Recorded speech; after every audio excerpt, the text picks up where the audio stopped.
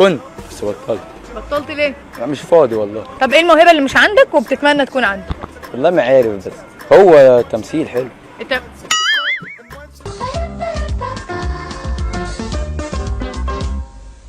ارتبطت بيه؟ والله منه قبله. انا خدت الاكس بتاعي. انت هو اصلا لما رسلتني اب خدني بقى وريحني من الشعب ابن ده اللي عمل لي بتاع. يعني انت ارتبطتي باللي كان حبيب صاحبتك؟ بس انا اصلا ما ارتبطتش.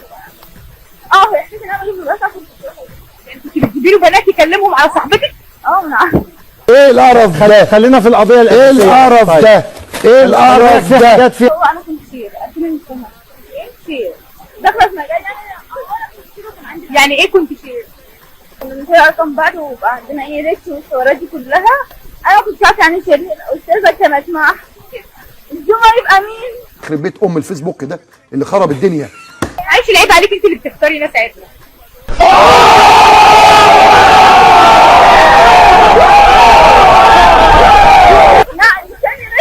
مش عليكي، على حبيبها. عشان انا افتكرت. لا هو بصي هو حوار الشير ده كنت انا ما اعرفش عنه حاجه وهي كانت دخلت شير وعجبني الحوار ودخلت معاها. المهم يعني بعد سنه كده انا كنت بتكلم معاه اللي هو ايه يحكي مشاكلها والحوارات دي كلها صلح بينهم. هو كان بيخش وانا سنه اللي هو كنا بنشارك ما بين بعض. فبعد السنه دي بنتكلم ازاي بقى والحوارات من الشك والخيانه والاشكال. قلتي انا اولى ولا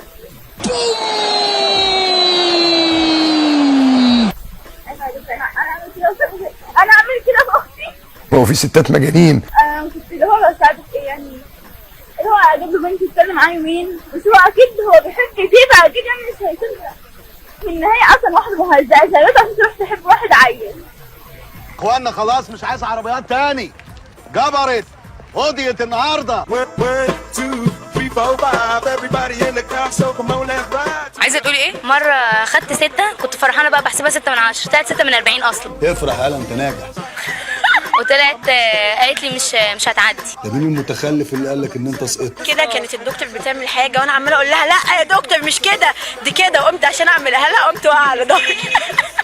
وفرحان قوي. هتحكوا لي يوم طالب تربيه ده بيمشي ازاي؟ من اول يوم لاخر اليوم. مبدئيا من الساعه 8 الصبح كده احنا بنبقى في الكليه. لا بتخرجي الساعه كام؟ لا بنخرج من البيت على حسب كل واحده بقى، يعني هي من البيت مثلا بيتي بركب في 6:30 ملابسه بطلع 6:30 بوصل هنا على 8 على حسب الارض، يعني هو باجي هنا 8 يا دوب بنقلع. بصي بقى تطلعي دي تلبسي لها لبس، تنزلي دي تلبسي لها لبس. احنا هناك حرفيا على قد ان احنا نحط ميك اب ونقلع ونلبس بس. بتحطي ميك اب ليه؟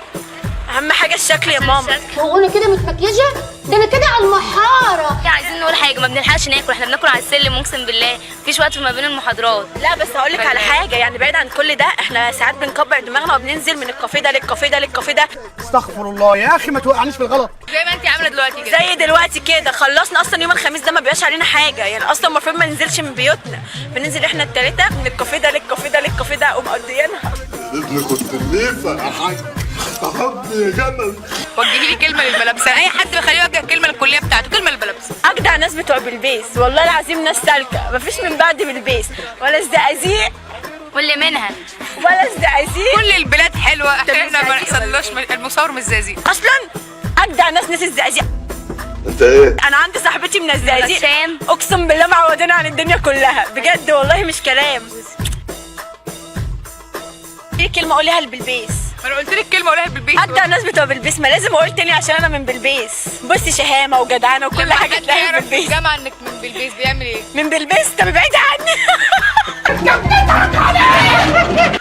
بياخد 4 خطوات ورا لما حد يعرف ان اي حد بس لا لما بيتعاملوا معايا بيحبوا بتوع بلبيس. يعني انا كنت اعرف ان بتوع بلبيس دول يعني مش قد كده، بس والله ما انت قد كده ايه؟ اوعي ايدك مالك.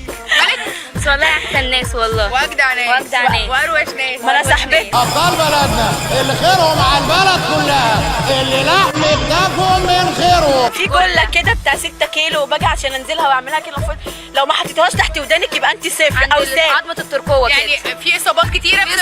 في واحده صباعها اتكسر كده، صباعها الصغير ده جه بالعرض كده. انا يا بنتي تعالي هاتي. لا اصابات ترقوه يا بنتي. تعالي بجد. ايه ده؟ ايوه ده من الكليه؟ من الوزن. طب وجايه تاني وانت مكسوره حبيبتي؟ عشان الدرجات الامتحانات. بتمتحنوا دلوقتي؟ اه. طالعه الاولى على الدفعه؟ لا، على الفرقه بتاعتي، الشعبه بتاعتي. كل واحد فيكم يقول لي كلمه واحده للدفعه بتاعتي. ربنا ما يجمعنا بيكم تاني ويبقى اخر لقاء بيننا. من لم يعلمه ابيه وامه تعلمه كليه الحقوق. لا انا مسموح لك.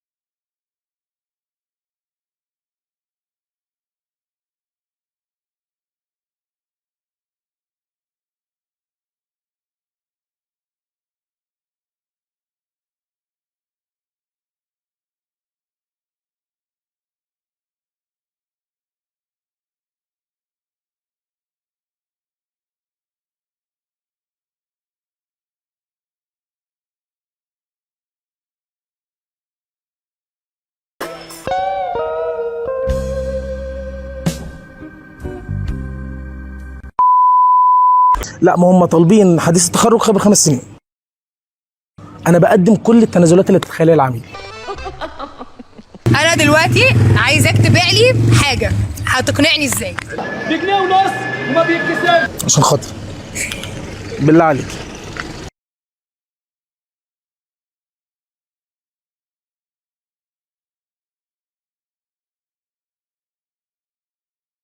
الحمد لله تمام. جاي منين كده؟ انا والله كنت في الجامعه بخلص ورق كده. انا شايفينك طالع من الجامعه، انا عارفه ان انت طالع من الجامعه. شغال ايه بقى؟ قول لي. انا شغال في مجال السيلز. انت خريج مبدئيا؟ انا متخرج بقالي 2 سنين. حلو. الحمد لله. شغال في ايه؟ في مجال السيلز. فلوس. حضرتك عارفه الطور اللي في ساقيه؟